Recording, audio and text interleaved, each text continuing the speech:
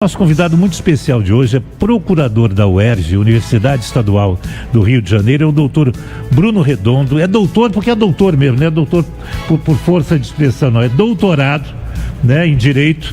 E primeiro agradecendo a gentileza de você estar aqui com a gente, que eu sei que sua agenda é concorridíssima, doutor Bruno Redondo. Chamei hoje aqui para uma das suas especialidades, talvez a mais premente, a mais urgente de todas, que é a compreensão da gravidade e da importância da inteligência artificial nas nossas vidas. Bom dia, seja bem-vindo. Bom dia, Francisco. Queria agradecer um convite, falar que eu sou fã seu do programa e da rádio. Obrigado. Então é uma alegria enorme estar aqui com vocês debatendo esses temas que são tão importantes não só para o direito, mas para a sociedade, né? Para a nossa vida em geral.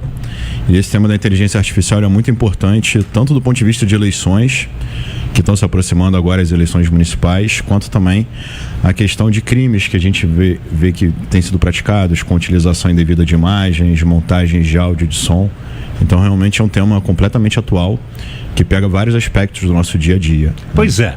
Para começar por essas montagens do dia a dia, eu quero falar, claro, sobre eleições, que é o meu maior temor nessa hora, que inferno que eu espero que não aconteça, graças à inteligência artificial, nas eleições que vêm, porque a prova a gente já teve nas últimas eleições. Sim. Mas sobre as montagens, desde banco de mentira que se coloca, montagens maliciosas. Há pouco tivemos um crime praticado por jovens contra uma estudante que foi exposta em situações que ela não viveu, né, pornográficas, botaram o rosto dela no corpo de outras mulheres ou de outra mulher, como se ela estivesse em atos que ela não cometeu, né?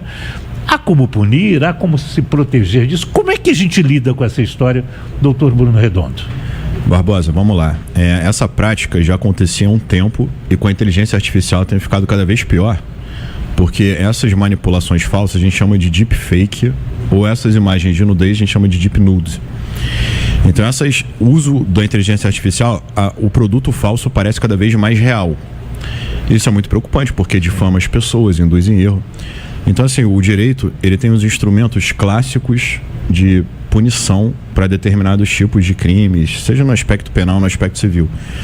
Só que da maneira que eles são praticados hoje em dia com a inteligência artificial, começa a ficar meio difícil tanto enquadrar nas regras tradicionais, nos conceitos clássicos de direito, e começa a ficar complicado a gente conseguir ter uma resposta rápida do direito. Então, cada vez mais tem se defendido atualizar as leis, atualizar o Código Penal, atualizar o Código Civil, porque assim, desmoralizar alguém, já existem os crimes de difamação, calúnia, injúria, mas eles são requintados com essa questão da inteligência artificial. Então, cada vez mais o direito tem tentado se atualizar. Por exemplo, bullying pela internet. Aí foi criado agora um tipo penal específico, um crime chamado cyberbullying, recentemente. Vazamento de imagens verdadeiras. Lá atrás teve a famosa lei com o nome de uma atriz brasileira, lei Carolina Dickmann, de pegar informações verdadeiras e vazá-las. Sim. Aí aconteceu íntimas, um fato, né? Íntimas, isso. Aí o direito foi lá e criou um crime para isso. Sim. Então o direito tem tentado evoluir, mas, por exemplo, esses fatos mais recentes de imagens de nudez de menores, falsas, né? Imagens falsas de atrizes também recentemente brasileiras, e induções em erros em geral. Saiu um caso, por exemplo, de um empresário, acho que de Taiwan ou de Hong Kong, em que ele foi induzido em erro numa reunião com os sócios dele que ele conhecia, numa reunião online, e ele conseguiu ser enganado por inteligência artificial, achando que estava conversando com os chefes dele que ele conhece e conversa. Ele fez transferência de mais de 100 milhões de reais, indevidamente enganado pelo uso da inteligência artificial. Transferência de mais de 100 milhões de reais, porque achou que estava falando com os chefes e era conhece. Uma simulação. Uma montagem em inteligência artificial conversando com ele. Com imagem e voz. Com rosto e voz. E a voz do chefe. E a voz do chefe. Então isso é muito preocupante e problemático. Então o direito tem tentado avançar a legislação para criar crimes específicos para utilização e divulgação na internet. Por exemplo, tem um projeto de lei tramitando para, quando for utilizado contra a mulher, ser um agravante pela utilização contra a mulher. Infelizmente é a maior parte dos casos. Sim. E agora também está tramitando um novo Código Civil, e vai ter lá toda a parte chamada direito digital.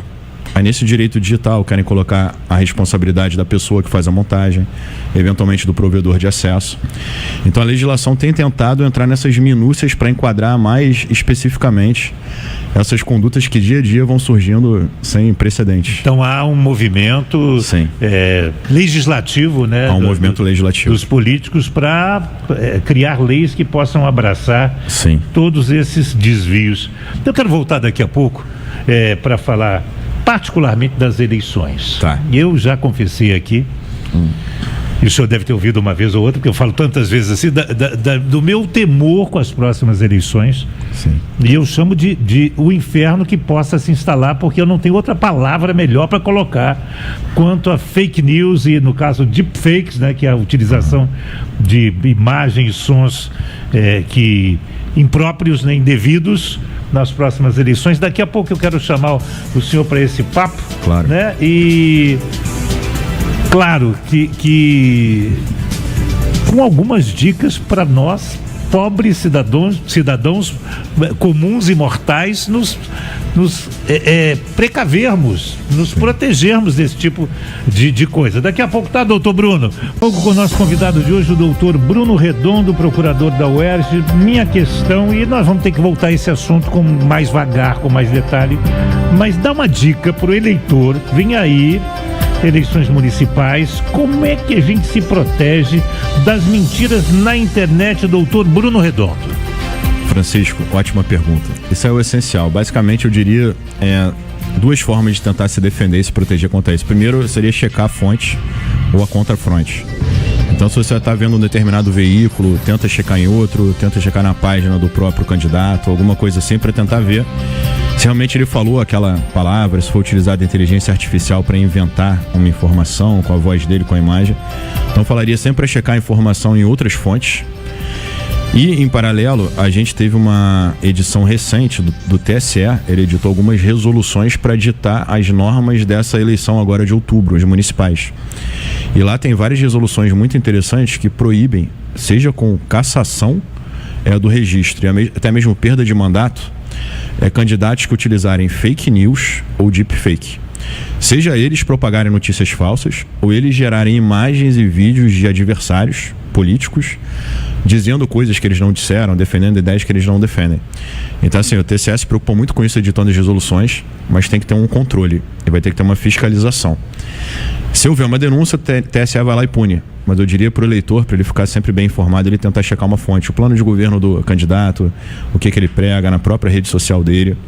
Eu diria que é essencial cada vez mais checar as informações. Ir à rede social do candidato que está dizendo aquilo ali que ele estranha ou acha absurdo.